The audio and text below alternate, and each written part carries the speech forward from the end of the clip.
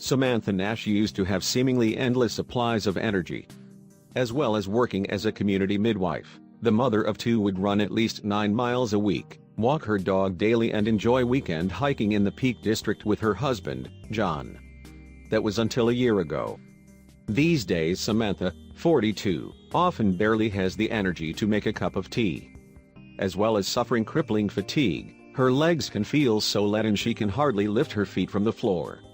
Her concentration can also be poor, and she's had to quit the job she loved and no longer feels safe to drive.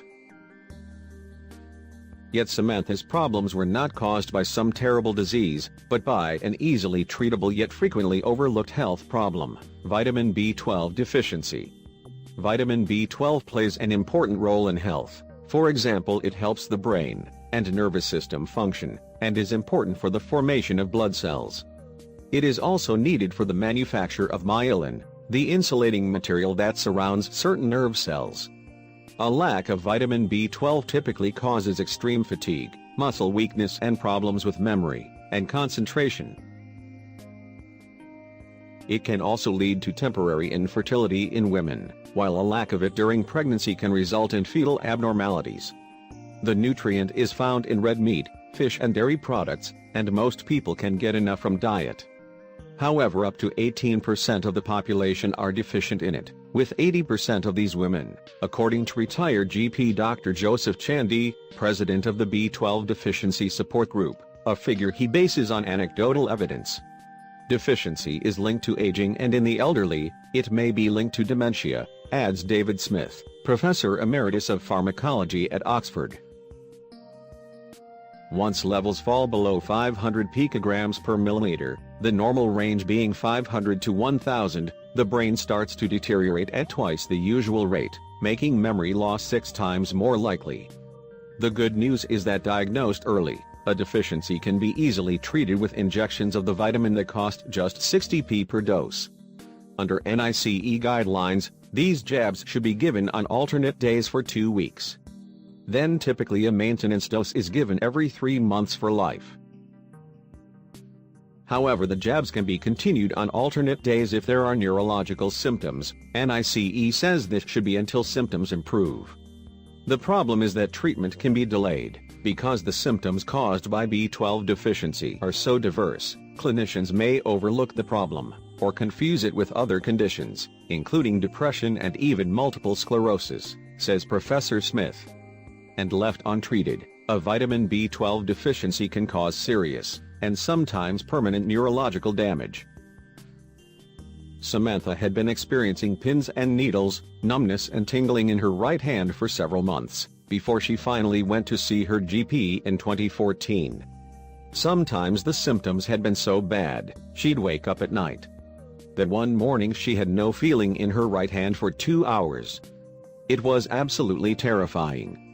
I thought it could be multiple sclerosis or something equally awful, she says. Her GP initially said she had carpal tunnel syndrome, a condition caused by compression of the nerves in the hand, but also decided to do some blood tests to rule out other causes such as thyroid problems. It was only by chance that the laboratory added a check of her vitamin B12 levels to the list of tests. Her levels were extremely low, 153 nanograms liter. Her GP immediately put her on a course of injections, 6 over a course of 2 weeks and then a further injection 3 months later. I was astonished to be told I had a dietary deficiency, says Samantha. Working in health, and being very keen on fitness, I've always had a good diet, so it didn't make any sense. In fact, diet is rarely a cause of a deficiency, explains Dr. Pramini Mahendra, a consultant hematologist at the Queen Elizabeth Hospital in Birmingham. That's because the vitamin can be easily obtained from food sources. For instance, 3 ounces, 85 grams of canned tuna provides around 2.4 mcg. Since it is found in red meat and dairy products, it tends to be vegetarians and vegans who are prone to dietary deficiency, she explains. More common is for a deficiency to arise from an inability to absorb the vitamin correctly.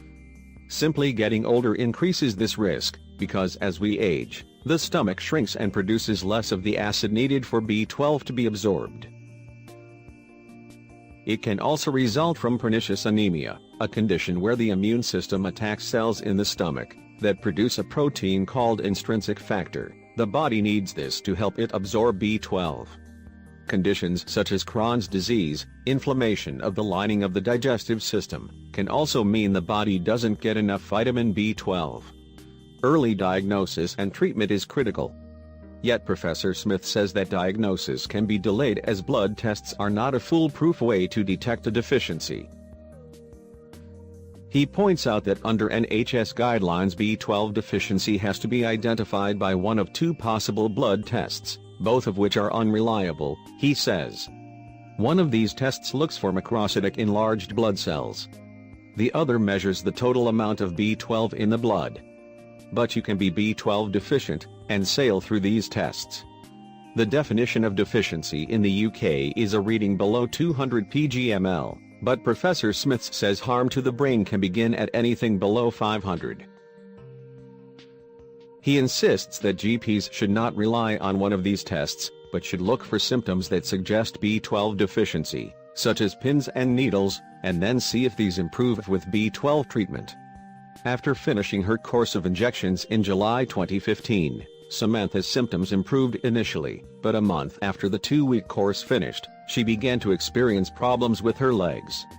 My left foot felt heavy when I was walking and I had to concentrate when going upstairs or a curb, she says. On one occasion I was out walking my dog when all of a sudden I was unable to pick my foot up and I felt like I was falling. I was also extremely apathetic and became easily overwhelmed. On one occasion I broke down in tears when I was in a meeting about commencing study towards a master's degree, which was very out of character for me. Her GP was not convinced her new symptoms were due to low B12 and referred Samantha to a neurologist. The specialist diagnosed chronic fatigue and repeatedly asked Samantha if she was depressed.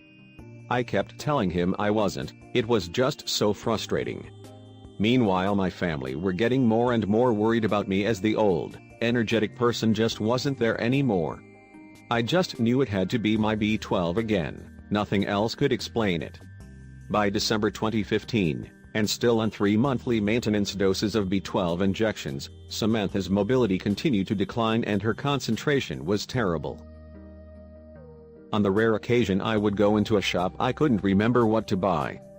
On a really bad day I couldn't remember how to make a cup of tea. I was also extremely breathless. I was shadow of my former self. I could barely get out of bed sometimes. Researching on the internet, Samantha discovered that for someone with so many neurological side effects, having B12 injections every other day could help. There is, however, no clinical data to support this approach, says Shankara Panisha, a consultant hematologist at Spire Parkway Hospital in Solihull and Heart of England NHS Foundation Trust.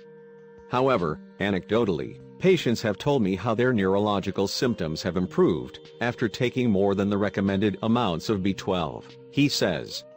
That is their choice, but they have had to source this for themselves. Professor Smith agrees. Patients who have neurological signs or symptoms, even on the maximum treatment schedule recommended by NICE, are, in my view, fully justified in taking higher B12 doses if this relieves their symptoms.